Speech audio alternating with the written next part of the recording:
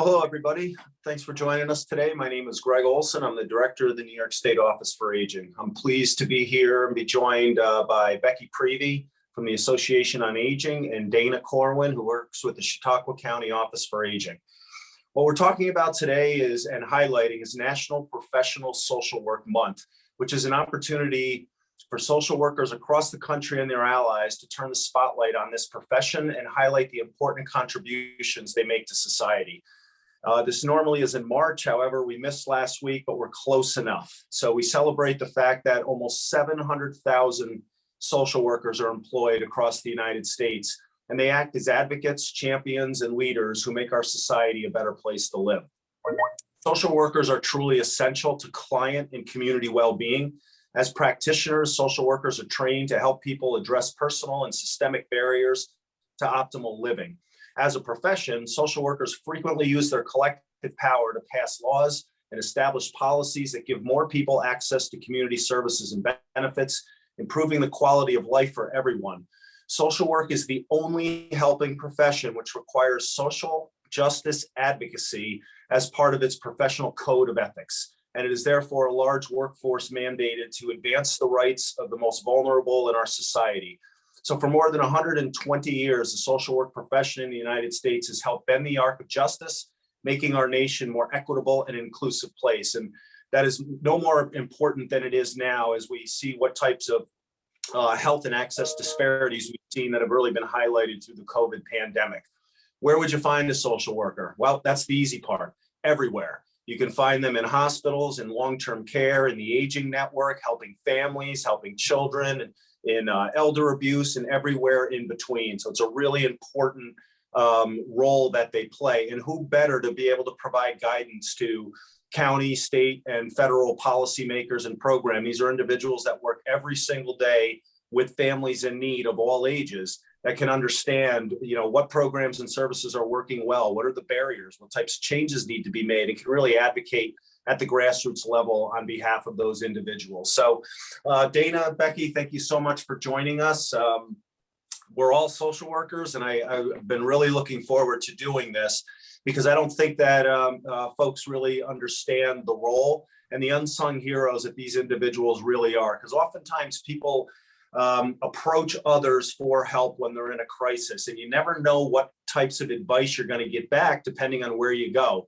And what social workers really do is they look at the person holistically, what their assets are. We often talk about person-centered, which is really putting the person first and figuring out what are the types of things, whether it be in the aging system or outside, that are going to help them holistically meet their goals, which they define. So it's great to have you both here. So Becky, let me start with you just on let's start at 30,000 feet. Talk about social workers in general and the types of areas that they practice in. So thanks so much for having me, Greg. I think that this is a very timely topic, not only to recognize social workers, but also just in the healthcare realm that we're in currently. And so when you talk about social work broadly, I think there's often a misconception of what a social worker is.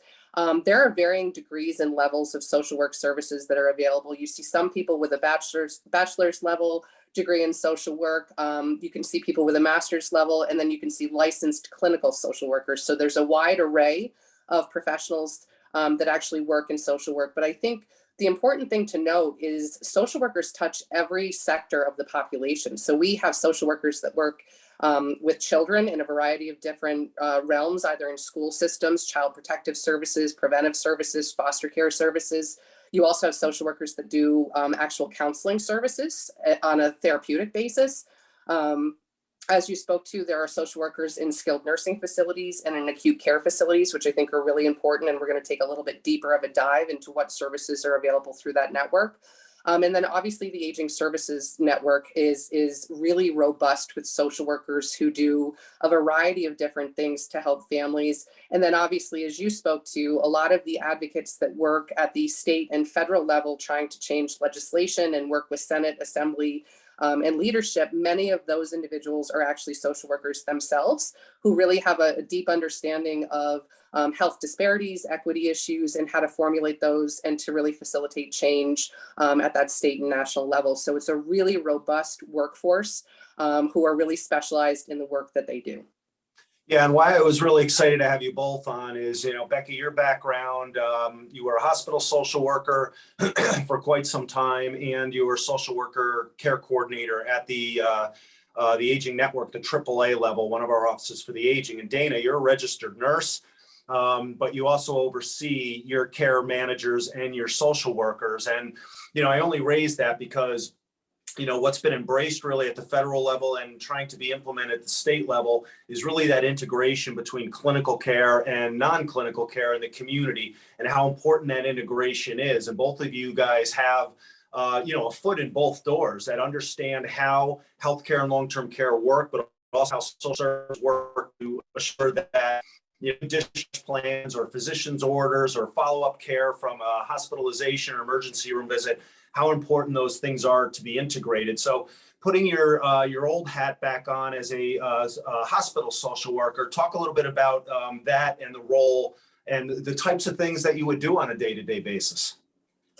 So in an acute care setting, and I worked in a small rural hospital, but you'll see this across urban areas as well, is really my job was to facilitate family conversations. It was to act as a bridge function between the medical professionals, specifically physicians, families and patients, as well as to work with hospice and palliative care services, and really to act exactly what you spoke to in between the clinical and non-clinical interventions that help a family. And I think when you talk about practical examples, and this is something the Aging Network does on an ongoing basis, as well as many social workers in hospitals, is to really educate physicians on the family dynamics that may be at play in communities that they might not be aware of. An example of this, there's so many that I could speak to, but I'm going to give you a generic. You have an older individual who the physician comes in and says, you're medically cleared for discharge.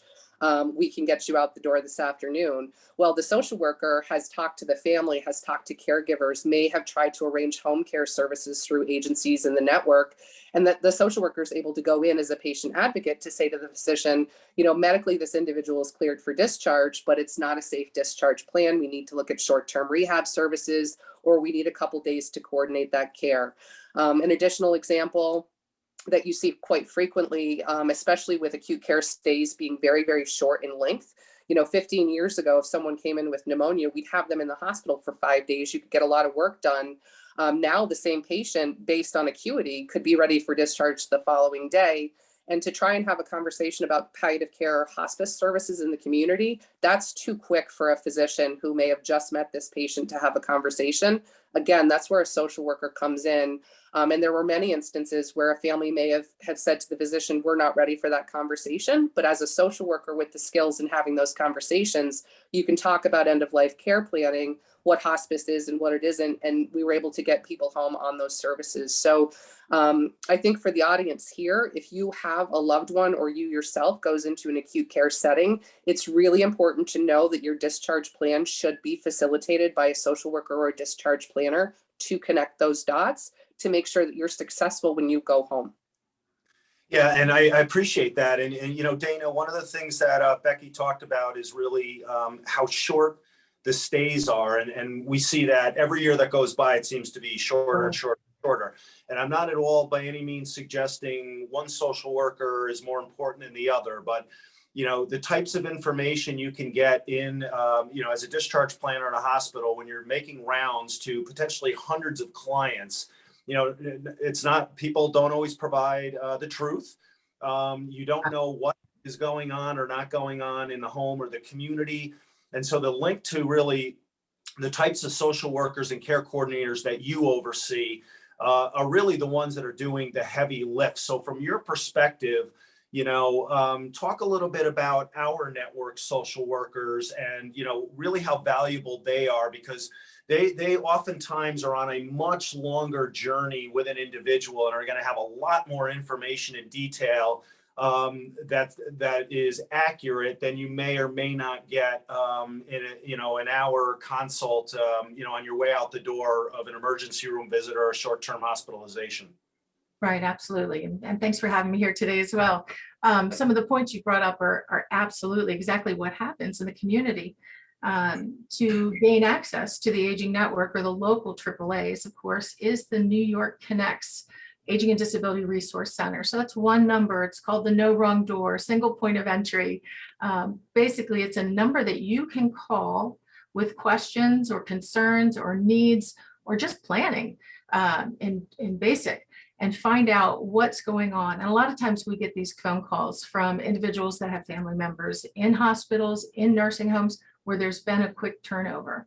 And some of the things that we hear are really dramatic. I've been discharged from the hospital and they're not providing transportation to the nursing home. What do I do? And by accessing New York Connects, you get access to specially trained operators and workers that have a complete knowledge of the services and programs and criteria and eligibility in your area. So it's important to develop a relationship with New York Connects. And we always tell people when we're doing outreach, plan, please look at now. Don't wait until you have a situation. But many times that's exactly what happens.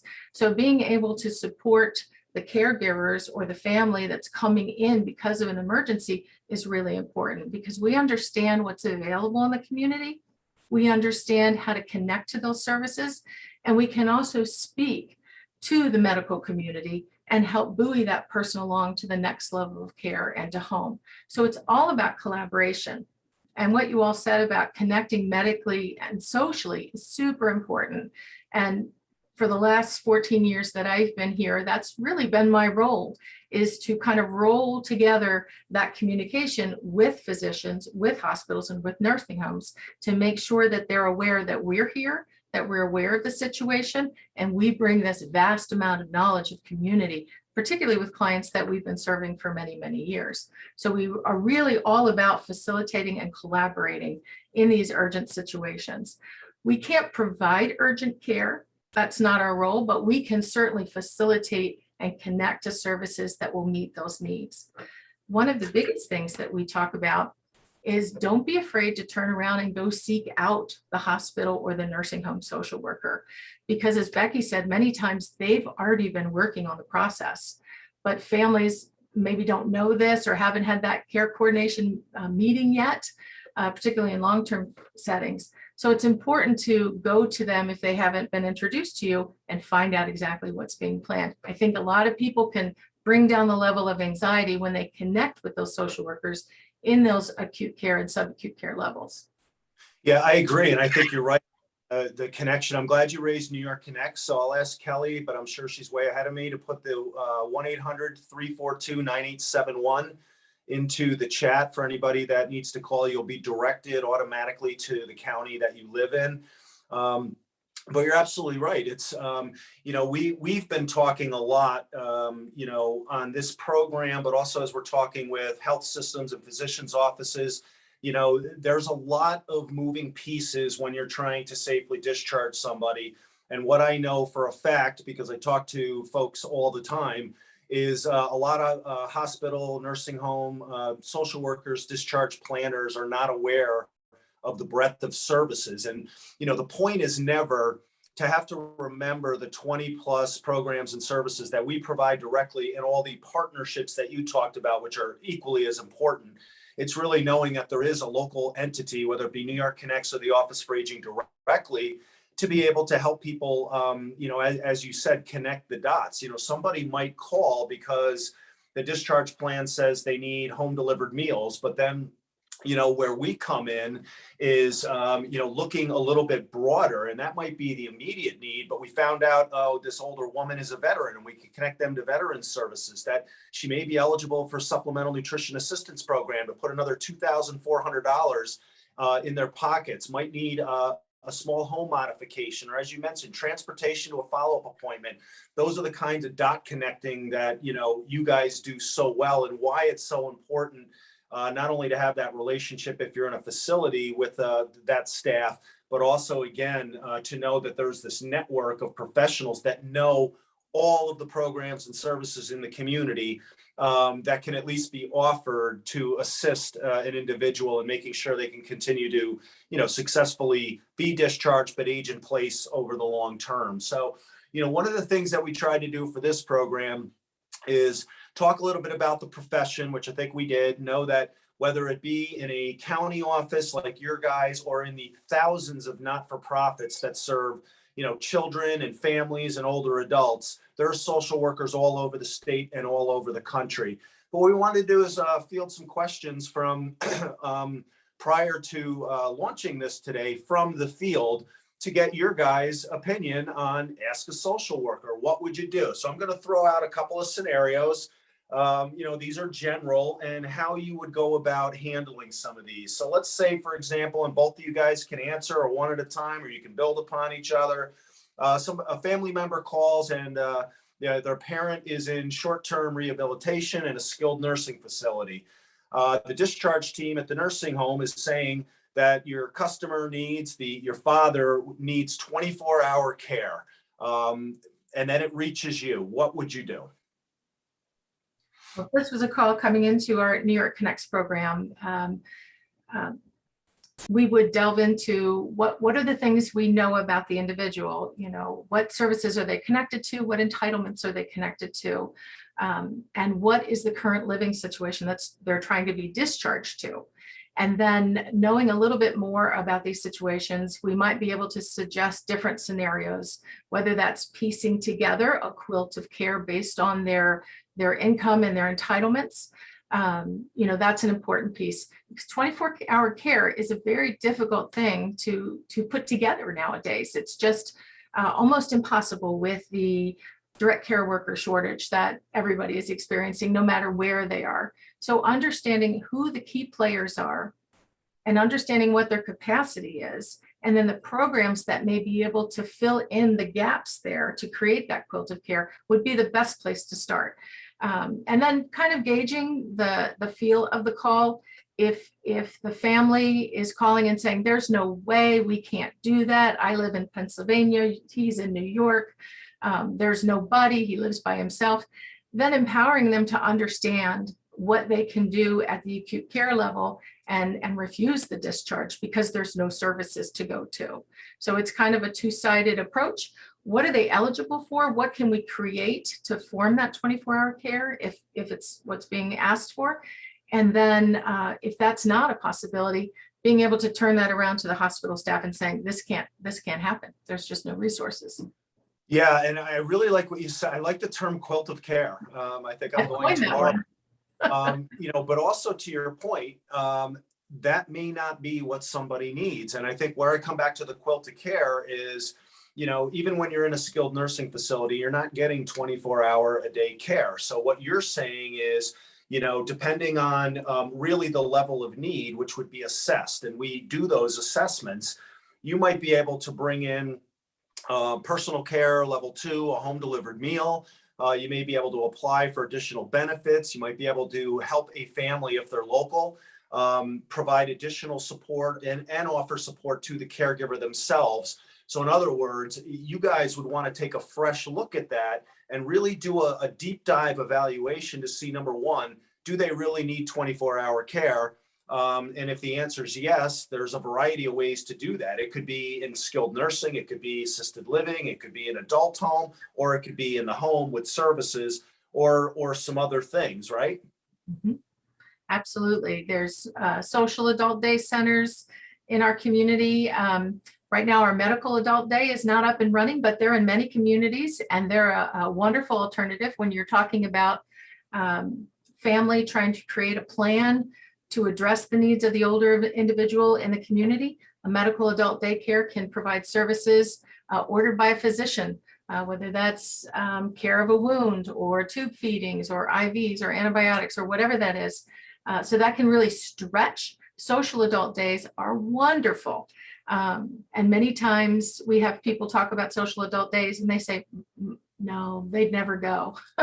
But really talking with the individual about what the social adult day can do for them and what they can do for their family caregivers usually is a wonderful way to not only include the individual in the planning, but make them aware of the caregiver impact. In my own situation, I'll just use an example from my own home. I have 3 daughters and we took care of my mother who had Alzheimer's. So we had 5 individuals creating this quilt of care. But because I work and my daughters were in school, we utilized social adult day services. And my family said, oh, she'll never go, too independent. But when I approached it in the way that said, gee, I've got to still work and this makes it difficult. Would you consider this? Could we take a look at this? It would be a help for me. And you might really like it, which is the way it turned out. But sometimes flipping the perspective of not prescriptive, but inclusive and building purpose really makes a difference in the approach and some of the services. But Social Adult Day, I can't say enough about. Certainly housekeeping support and personal care and emergency buttons and home delivered meals, health and wellness classes. All of these pieces are out there and available to most degrees to really create this quilt of services that can wrap around a person for a little bit of time or a longer time. Again, it's client-centered. Yeah, and I think appreciate. Oh, I'm to sorry. tie into what Dana said, part of what our network does really well is if you're a social worker in a facility or skilled nursing facility, acute care facility, you're not doing home visits. You're not talking to other case managers. If you're trying to discharge someone out that may have Medicaid, they can't get an in-home assessment until they're physically back in their home. So it's very piecemeal. The wonderful thing about the New York Connects program is it doesn't matter what insurance you have, that New York Connects case manager or staff member can look at you holistically. And so they can do a home visit. They can talk to the people that are going to provide your care. They can also advocate for you at a skilled nursing facility. So they can meet with the physical therapist and occupational therapist and registered nurses to say, why does this individual need 24-hour-a-day care? And if we have a backup, whether that be a personal emergency response system or a volunteer program that may be available in the community, we can connect all of those dots to then share that information with the facility. I think the other benefit as well of working with community-based organizations, especially in the social work realm, is that hospitals have a prescribed ability to treat patients based on acuity. Same thing in a skilled nursing facility. It can become a very difficult relationship between a patient and a facility if there's not a clear understanding that this isn't a facility problem. It may be an insurance problem. It may be a resource problem.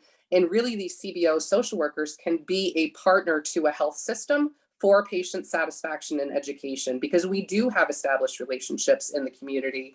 So I think, the one takeaway is if you're watching this and you have a family member or yourself who is struggling with some medical issues, may have been in and out of short-term rehabilitation services, just know you don't have to go at that alone. You can work with community social workers and your partners to make sure that you have a comprehensive service plan and that your needs are being met as an individual in the community and that your wishes are respected as far as where you want to age. Yeah, and I think both of you guys mentioned a really important thing and said it a little bit differently. But both of you talked about the inclusion of the individual and the individual's family, if they have that, in the care planning, like what matters to them. And I think that's a new concept. It shouldn't be, but it is, where, whether it be clinical staff or non-clinical staff, think they know best what to put on somebody rather than working with the person on what matters to them to meet the goals that they have. Because, until you're not breathing anymore, we all have goals and passions and things that we want to continue to do, regardless of our abilities or not. So I appreciate you really pointing that aspect out of the way that we are structured is to really hone in on the preferences of the individual, their strengths, their assets. And I don't mean money assets. I mean what they can bring to the table, and then try to craft that quilt of care approach around them. So I agree. So here's one thing that, and I'll turn this to you, Becky, and certainly Dana, you can jump in at any point. We try to find scenarios that are very, very common. We know that the most dangerous place in the country for people virtually of all ages is the home. And so older adults are, especially if you aren't as strong as you were or not as exercising, fall and injuries happen and they can be devastating. You can wind up in a nursing home for a broken hip, and usually you'll be dead within 3 years or be permanently disabled. So you have an older adult in the community has suffered a fall or an injury and can't manage their household tasks. What would you do? So again, my first starting point obviously would be the New York Connects program, because New York Connects can evaluate people for a variety of different things. And so Dana spoke to some of our core programs and services, but that's not where our network stops. And so if you have an individual that has had repeated falls and needs more robust home care services, staff can assess them for Medicaid covered services. We can work with families on pooled trusts, which will protect assets and get them Medicaid coverage. There are a variety of programs like the Nursing Home Transition and Diversion Program, which is meant to provide nursing home services at home. There are a lot of communities that have tech-based programs and services to assist people with in-home monitoring that they can be connected to. But really, that individual would be looked at to how can we alleviate risk, right? So can we go do a home visit? Can we make recommendations about the lived environment? You know, throw rugs are very popular in some of the older population, huge fall risk. Could we talk about home modifications? So could we change a bathtub to a standing shower? Could we get durable medical equipment in the home? Almost all of the counties in New York State have some type of trade program where they will actually lend durable medical equipment if your insurance won't cover it. And then how can we put services in the home, whether that be through, you know, volunteer services, through our core programs and services, including home care? Could we do personal emergency response systems? Or do we need to have a conversation with the family about a higher level of care? And many times if you've determined along with that client that maybe assisted living or skilled nursing facility placement is appropriate, that is not an easy task to go through in the community. You know, you need someone that's educated on how to do a nursing home application, how to get someone assessed in the home to see if they meet eligibility criteria. And then how about the payment mechanism? Can we apply for Medicaid to do that? And our network does all of those things. They act as community liaisons to whatever level of care an individual may need. And the other really nice thing is, as we all know, that care plan can change over time. And so you might start with some light services, home delivered meal and some personal care, but then you might see a decline medically in that individual. We can stay with them through that course of care to get them to the right setting. And what that does, not only for the individual, but also for the family, is you build trust with a respected individual in your community who is knowledgeable, and it makes the transition across these systems much easier. A lot of the families that we work with have horrendous guilt. Many people have promised a loved one, I'll never put you in a nursing home. And then a time comes where that's really necessary based on work schedules, et cetera. If you have an outside entity social worker to work with you, it makes that transition a lot easier for adult children or loved ones to be able to communicate very effectively that, you know, the wishes of the individual is always not to be a burden on family, and come up with an appropriate plan that gets that individual to where they need to be. The other thing that we've been very successful in is the older population is extremely independent. They don't want to ask for assistance. They don't feel it's appropriate to ask, and a social worker can really help facilitate a conversation that these are services that you know an individual is entitled to, and how we can access those. So we really act as that bridge between families and patients and systems, and should be utilized in that manner. Yeah, and Yeah. go ahead, Dana. Amazing, and it brings to mind a home visit that I did several years ago with. We got a call for a gentleman that was recently widowed. So he'd lost his wife, lived alone on a farm, we're a rural community mostly. Went out to see him. He had 10 children. And when I got there to the home, he had an enormous table with 12 spots. So I was at one end, he was at the other end, and all 10 children were in the middle with pads of paper and pens. And they were insistent that this gentleman was going to take whatever service I could give him. So we had a conversation. He was a farmer by trade, not used to asking for help. When we shifted the perspective to not, we're going to make you do what your children think you should do, to what do you think you need here based on what's changed in your life? And this personal emergency alarm is a tool, just like anything else that you choose to take out of your tool belt to use.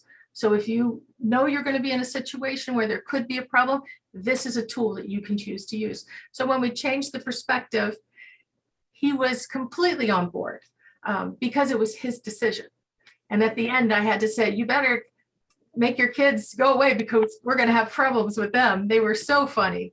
But what a joy when they saw the difference in trying to help their father by prescribing it, as opposed to saying, this is what's available. Based on your situation, this seems to make sense. Yeah, and I don't think you can underscore that enough. So I appreciate you bringing that example. And I think what you guys are both talking about is there's a prevention side and a reactive side. So the prevention side is our social workers and case managers, as Becky said, they'll go in and do a safety check of the home, look at throw rugs and lighting, and are there features that can be adjusted to reduce a fall or an injury. We also have, one of the main parts of this network is health and wellness, from the nutrition side to strength training to walking to really encouraging people to be more active, which then helps reduce the risk of falls. But then on the flip side, if somebody does fall and needs follow-up care, there's a variety of things that can be done that you guys both described. So Dana, let me start with you on this next one. And this gets tricky. And it is not an easy decision. But we know that 1 million people over the age of 60 give up their keys every year for a variety of reasons. It could be, their physical limitations. It could be visual. It's not always the first line of defense, though, for people to take somebody's keys. There is a conversation that can be had. But if I called you and I was concerned about my father's driving, what types of things could you help me with? Well, there's lots of resources that we utilize here. I think it's Mutual of Omaha and AARP have excellent resources in those areas. So diving into exactly what's been happening and then getting everyone's perspective is important because, as you said, that independence is difficult, and we have to understand what the motivation is behind what's happening with the driving and the concerns. So having those open, honest conversations, and then also realizing the impact of not having their own transportation. How could that be supplemented? If you were thinking about reducing or changing the driving patterns or just giving up the keys completely, it's very difficult. This actually came in my home today, and it's the Alzheimer's Association Programs and Services. They're in every county. Alzheimer's Association are wonderful partners. So there are driving programs that they can evaluate people with. Out of the Buffalo region, because I'm in Western New York, just south of Buffalo, there are additional opportunities through AARP for online driver training and education. There's also a process when a physician feels that the driving is impacted that must be taken. So it's a difficult conversation, but it's a conversation that you have to have, and it has to be respectful on both sides. When we talk about case managers, we listen.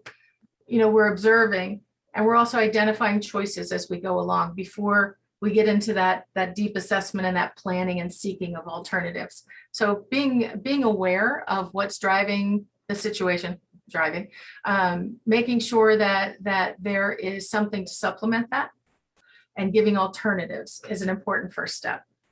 Yeah, and I think, why I said it was tricky is because the design of the United States after World War II was to leave the cities and the development of suburbia. Both of you guys come from rural counties, but and so the automobile, if you don't have access to it, you are completely isolated. I live not that far outside of downtown Albany, but the way that the suburban developments have created, again, if you don't have a car, you're not getting out of your house. You're not going to the market. You're not socializing. You could be as isolated in a suburban community or, even a city, if you're not on a bus route, than you are out in, in Chautauqua County or Franklin County.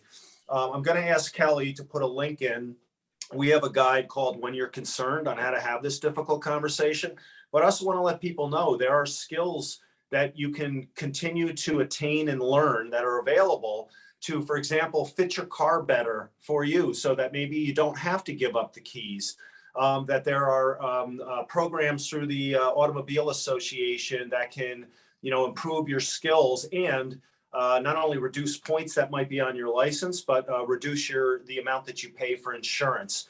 So those are a couple of resources that are important, but I think we have to understand as a culture that we are attached to the automobile probably more than anything else. And it's not as easy for a family member to just simply say, Dad, you shouldn't be driving anymore, without really understanding the ramifications of that in the context of trying to ensure safety. And I know we're working as a network to try to expand transportation options throughout New York State, as 95% of the state has no access to public transportation. So there's other things that we're working on.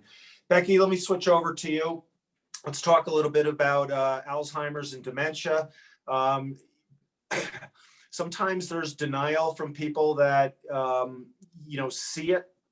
Other time that there's not.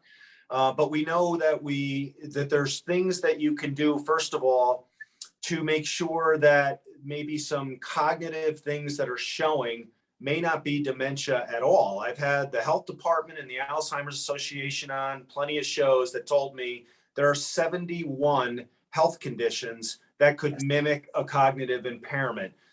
They're really trying to encourage people to get into tests so that we can check medications to see what works and really solve this problem. But this is very common. My mom has dementia, or I think she might has dementia. What are the types of things that you would do in a scenario like that if I was calling you for the first time? And certainly, Dana, you can add in as well. So, I think it's a great question. And I think we all know the statistics about the rapid increase in people with cognitive disorders. And I think it's important when you get one of those calls with just a blanket, mom has dementia or dad has dementia, really what the role of that worker is to take a way deeper dive into what's actually going on. So try to get some history. How long has this been going on? And like you said, Greg, especially in institutional settings, you see people that come in with either a UTI and delirium, or once they go to an acute care setting or a skilled nursing facility, they may present as if they have a significant cognitive impairment, and it's really due to facility psychosis. So, you really need to educate individuals about that.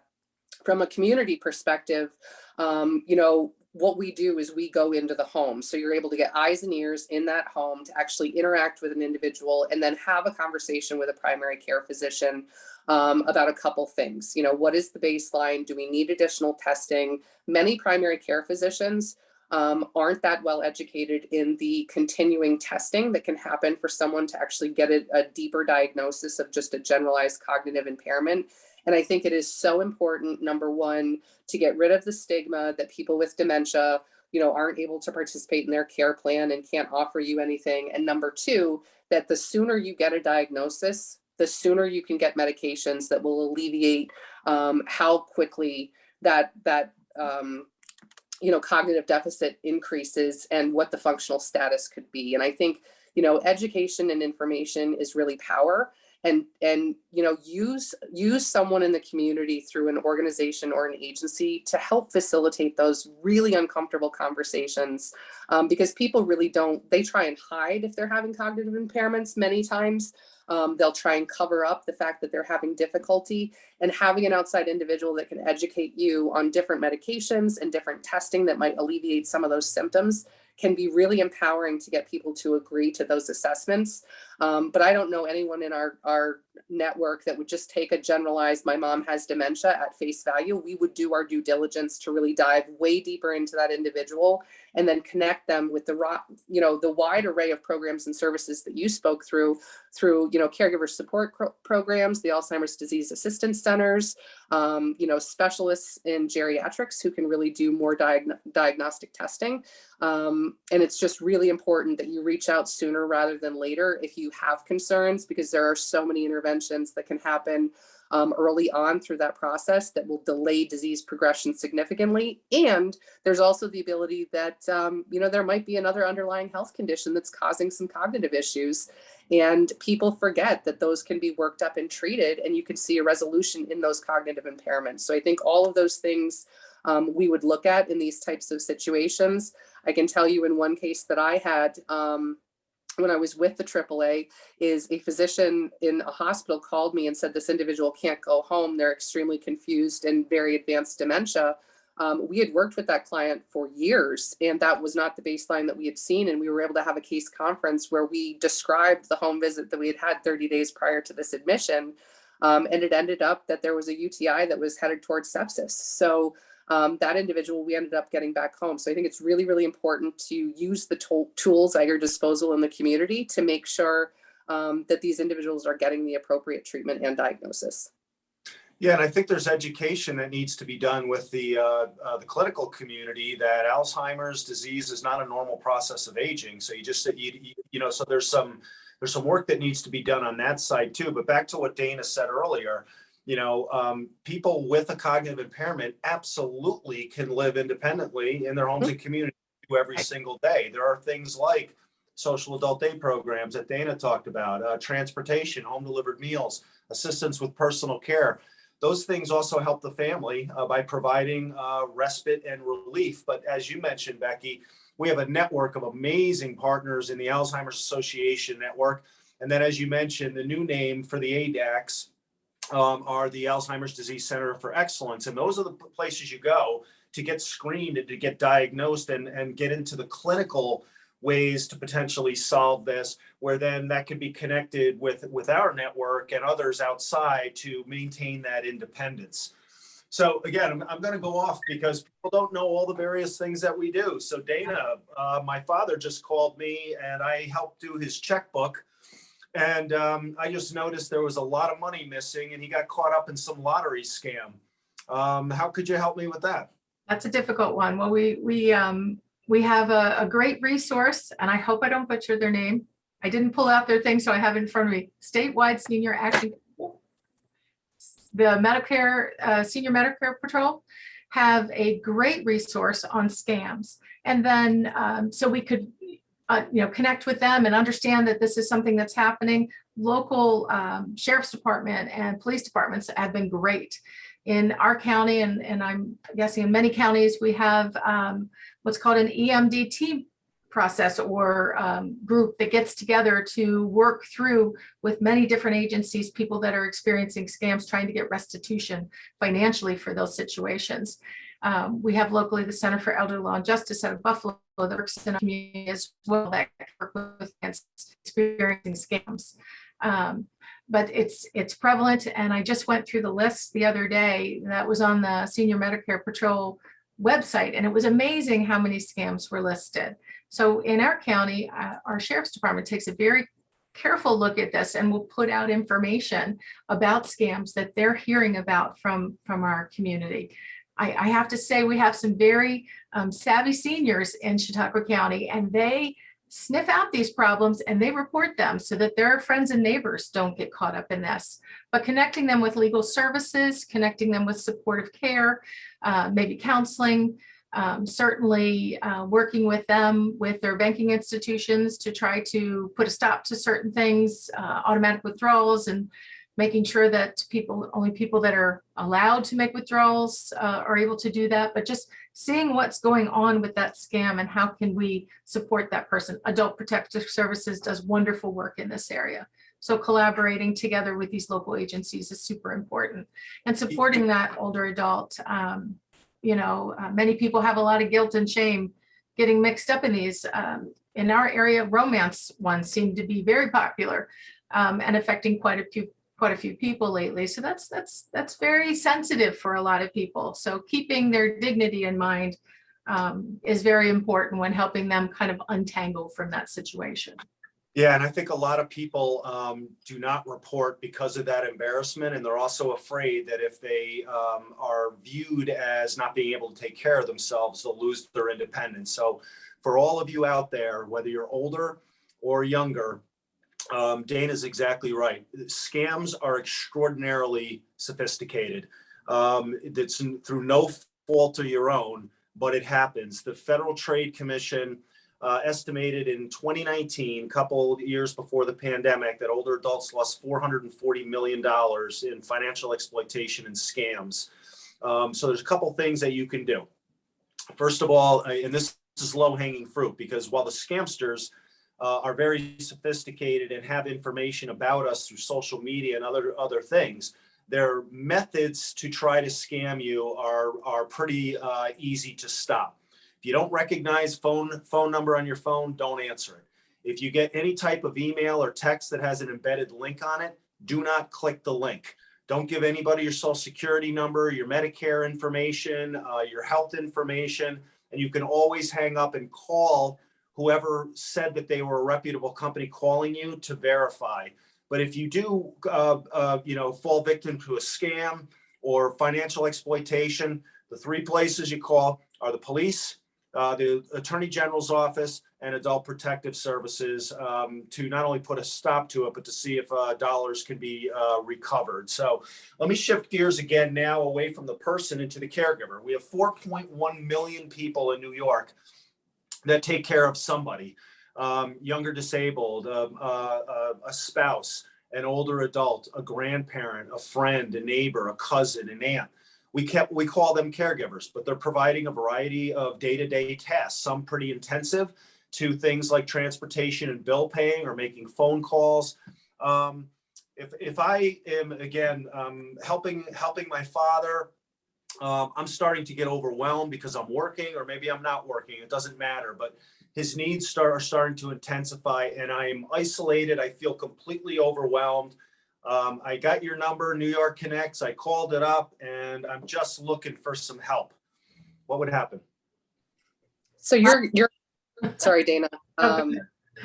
So you're going to instantly get a very in-depth conversation with a New York Connect staff member to, number one, identify your needs. So these calls happen all the time.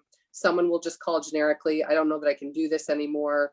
The person that you speak to will find out exactly what your needs are. Do you need respite? Do you need transportation services to medical appointments? Do you need advocacy? Do you need an assessment for other services? Do you need an assessment for cognitive impairment? What's the home situation? What's the financial situation? And then that worker will come up with a specified care plan for you on interventions that we can do short-term and long-term. So short-term, it might be something as simple as talking about a social adult day program. Many of our communities have volunteer respite programs where an older individual will come visit with one of your loved ones so you can go to the grocery store. We have a lot of entitlement programs where people can get financial resources available that might alleviate some of the caregiving stress. And then we provide long-term care planning options. So, I used to say this to individuals all the time, there is no crystal ball that's going to say what your mom or dad's journey is going to be, but let's talk about different scenarios and how we would deal with those. So you're really going to be educated about all things from a financial perspective, what would be covered under your current insurance program, what insurance you may need to look at moving forward, and then what community supports are available to you, how you access those services. And then a care plan would be created if the client that called so chose. Some people will call just looking for generic information, what's available in my community if I need it, versus I need help today, what can you do? So it's really going to be very individual specific on what that caller wants and what the individual needs. But that's where you're going to get any and all information about long-term care services and supports that are available to you as a caregiver and to you as an individual. And then we will, like I said before, we'll follow you through that care journey to make sure that as your circumstances change, potential programs and services that are available to you will change as well. And what that does is it builds trust between that family member and the community-based organization to know that there is someone fighting this fight with you and giving you, I think the most important thing is the information provided through Offices for the Aging is completely independent. We don't get commission by pushing people to certain facilities. We're independent, we're unbiased, and we give the best information for that individual in the community. If you choose to get your information from different outlets, you may have the unintended consequence of, this organization may have a secondary objective to, give specified information. Under law, we're not allowed to do that. We are completely unbiased and objective, and that's the information that you're provided as a caregiver.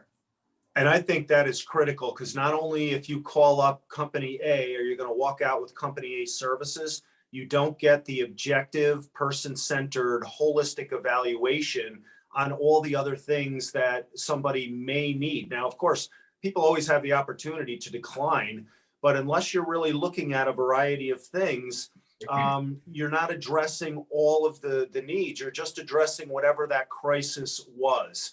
So let me ask you, because we haven't talked about this, when people retire, they're on fixed incomes. Our average clients take, 7 or more medications. There's out-of-pocket costs. There's out-of-pocket costs for, caregiving services if you're a spouse. There's out-of-pocket costs for Medicare, premiums, copays, deductibles.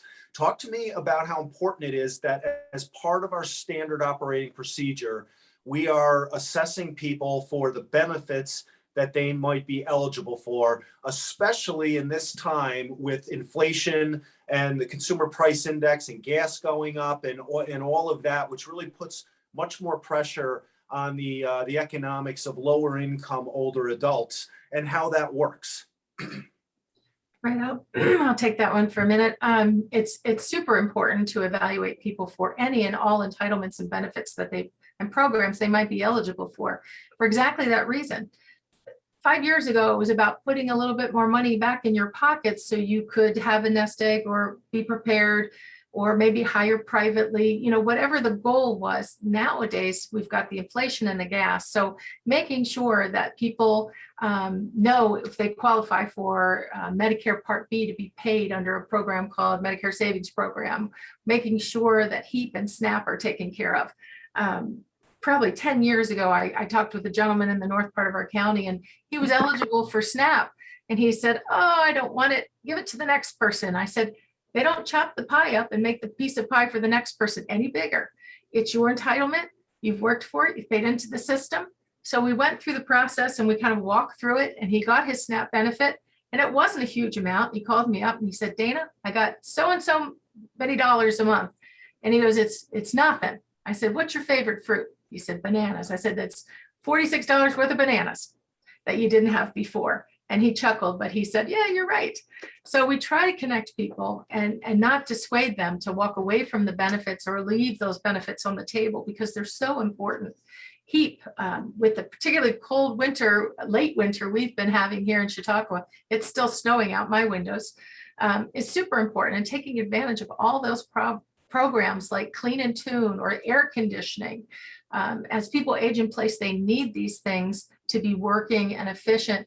And certainly, as Greg said, we need that more money back in their pockets. So taking advantage of farmers market coupons and SNAP and HEAP and Medicare and high cap counseling, which is health insurance counseling during open enrollment, is super critical to just about everything you do, because health insurance plans change and their formularies or the drug lists change. So in every area agency for aging, there are specially trained health insurance counselors that can look at your situation, look at your needs, and then give you up-to-date information so you can make an educated choice to move into the next year. It's just like brushing your teeth or getting your flu shot. You just got to do it because it's that important to your financial and eventually, maybe your physical, emotional, and psychological well-being as well when you come into a situation where you really need good insurance. So can't top that enough. Yeah, and economic security is so important to our physical and mental health. When you're stressed about, do I have enough money to put food on my table or buy that drug or, feed my dog? And, I think it's not just older people. There are some benefits that are perfectly accepted by society. Would anybody say you shouldn't get a tuition assistance program to send your kid to college? The answer is no. Everybody's doing that. If you had the ability to write off something on your taxes, would you do that? Of course. Who isn't applying for STAR? Everybody is. But for some reason, when you talk about HEAP or SNAP, people think that that's welfare. And what I want to say to people, it is not. You've paid your entire life into your taxpayer dollars if and when you ever need them. I am doing the same, so that if and when I ever need them, I can do that. But let's just take Dana's couple of examples. The gentleman with SNAP, the average benefit for an older adult is almost $200 a month. That's somebody handing you $2,400 a year. On the Medicare Savings Program, that can help you get your copays, premiums, and deductibles. We served over 200,000 people last year and put $95 million into their pockets. On the HEAP and the energy, I can tell you in September, it cost me $530 to fill my oil tank. I had a delivery yesterday. It was $894. Everybody is feeling the pinch. These things are there for you. I'm going to ask Kelly to put a link to our video tutorials into the chat box where we have done something that you can do at home is a list of all of these types of benefits that we were talking about, and you can apply for them at home and get them completed and done to put that extra cash in your pocket so you can stretch your dollars. So I'm going to move into something fun now because we've been talking in the abstract. We've provided some good examples. The reason I wanted to have you two on is because you're exceptional at what you do real life every single day. So, a couple of years ago, everybody's home sleeping in Albany, probably Chautauqua County as well, and the Salmon River in Franklin County flooded. And again, here's the role of a social worker: not only the skills, the training, the amazing care that social workers have towards other human beings in general, but also the ability to have a conversation with somebody where everybody else fails. Becky, talk to me about the flooding on the Salmon River and your role when there was an evacuation and older adults didn't want to leave. And we see that in hurricanes and tornadoes all over the country of people that are just going to buckle down. What happened and what was your involvement? So thanks, Greg. And I have to give a shout out to the communities where there's an integration between law enforcement, fire departments, and a variety of social workers, whether that be in child protective services, adult protective services, or in the aging network. And this was just really a beautiful example of that. And so there was an ice jam that broke loose in the middle of the night and flooded this community significantly. And we had unseasonable warm temperatures, and people had to be evacuated literally in payloader buckets from their second-story windows. Again, I got the call. I think the flood happened at around 3:30 in the morning. I was called out almost instantly and went to the Emergency Operations Center to see what we could do to help, because none of these individuals had power. Their basements were all flooded. And our first responders did an unbelievable job in evacuating individuals, but they noted in this one circumstance that we had a woman in her 80s who had lived in her home her entire life, who had cats in the home, who was refusing to be evacuated. The issue with this was it was mild during the day and the floodwaters had receded, but it was supposed to be almost 25 below zero that evening. So obviously this was a life or death situation for this individual if she wasn't evacuated from the home. And instead of our first responders going in as, authoritarian police officers and physically removing her from the home, we had a meeting to say, what's the best outcome for this individual and how can we assist her without being even more traumatized than this flood caused her to be? And I think that this is an example that's not unique to the North Country here. This happened in St. Lawrence County with the fire victims 2 weeks ago. And essentially the fire department brought me to this individual's home. They allowed me to go into the home while they waited outside. I was able to have a conversation with her where we talked about her needs and her concerns, and her unrealistic expectation that she would survive the night. North Country people are really proud people. She had made it through the ice storm of 1998 without power for 14 days. But we talked about what would happen with the weather and how important these animals were to this individual. And so we instantly came up with a plan where we were able to capture her cats. We were able to coordinate with another community member to allow her to stay at the home until we could get the basement pumped and electricity turned back on. And within 20 minutes, I was able to walk out with her through these floodwaters instead of her being, physically removed from her home.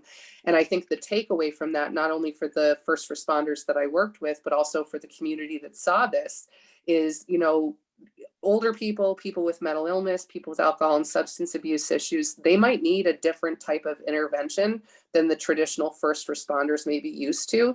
And if you can utilize your community resources, the outcome for the individual who is going through a horrifically traumatic event can be so different. And after this flood was such a great outcome, we had one of our housing communities where power was cut again in January. It was going to be very cold. There was no heat or hot water.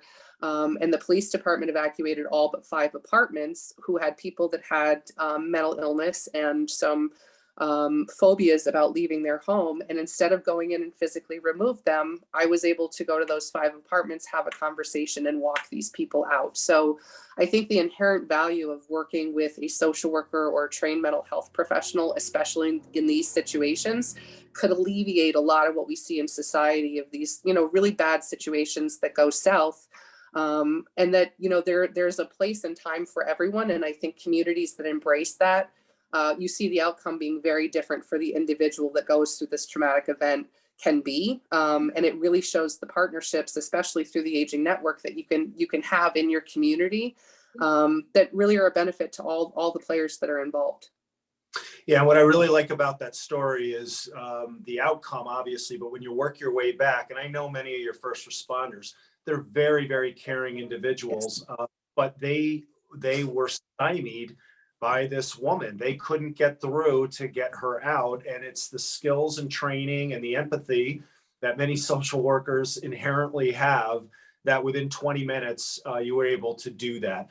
Dana, let me switch to you. I'd like you to give an example of one of the individuals or families that you're most proud of that you've worked with that maybe, came with issue A, but walked out with, so much more because of the interventions that we were talking about and kind of looking more towards just what's being said and rather than, looking at the entire person. Right. Couple examples running through my mind.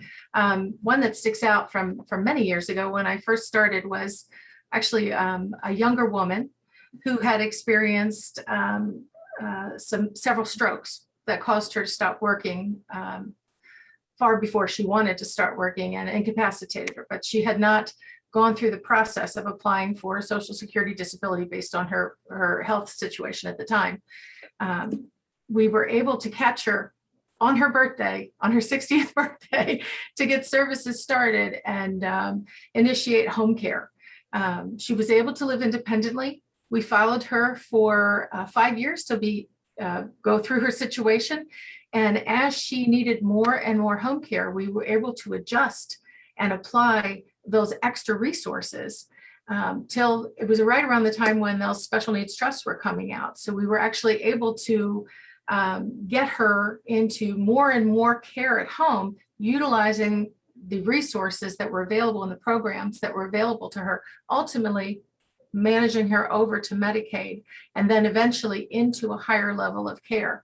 And it's kind of a short little example, but it just really shows you that we're meeting people where they are.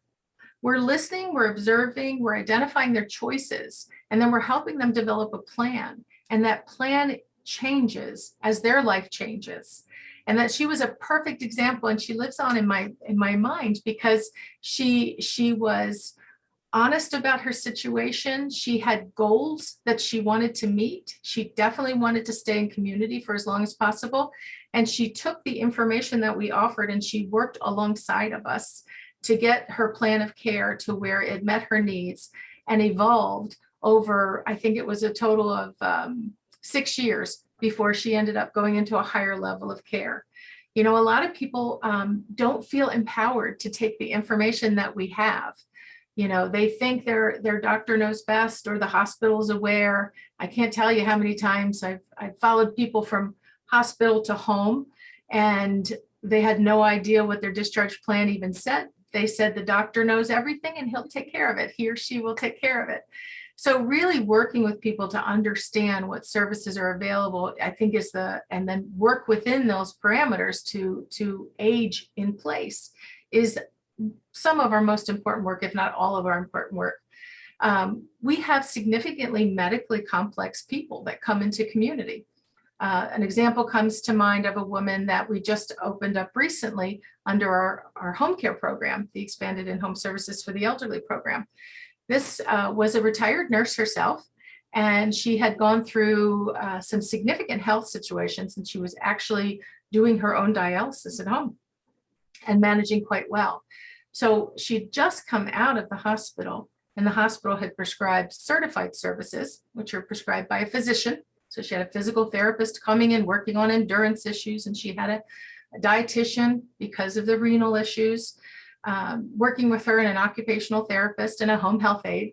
So seeing what she had in place, we started to plan outside of what was happening. So we were able to integrate a personal emergency response alarm help button that would help her feel more secure if her spouse, who was a primary caregiver, had to leave the home for a period of time. We were able to connect him with caregiver services, and we were able to evaluate all of the benefits and entitlement programs to see if we could pad their situation in case they wanted to add in additional services that weren't covered. So really creating that quilt of care. And this was a fairly rural person. They had actually incorporated some Amish help which is wonderful in our area and such a blessing to have these non-traditional workers working with older adults in the community. So we really took that quilt of care approach, even for a medically fragile person that knew what she needed and was connecting those services and stacking them up. And we talked about the fact that if she went back into acute care for whatever reason, that we would be right there with her and we would adjust the plan of care accordingly. So as Becky said, we're building that trust moving forward, that we're in it for the long haul. We're here to manage. In the ISEP home care program, our regulations say that we contact our clients every 2 months. And when I'm talking to people, I'm saying, we're going to call you every other month to check on you. Not enough to be a pain, but enough to know that things are going well and we can evaluate what services we've agreed upon and what you've chosen moving forward to make sure that they're the right fit at the right time. That's really important. Another example is a couple living together. The husband is caring for his wife who has Alzheimer's, and it's been properly diagnosed, and linking him not only to housekeeping support, but caregiver services and respite. We buoyed them in the community with services from housekeeping, personal care, social adult day, caregiver respite services, caregiver support services, health insurance counseling. We threw the gamut at them and they were ready for it. We allowed them to stay in community for as long as they wanted to. And just recently they moved to a higher level of care. I think primarily from just the endurance issue of caregiving. As Greg said, it really takes a toll on the unpaid caregivers. So being able to support them in that way till they found a time which was appropriate for them to move to a higher level of care.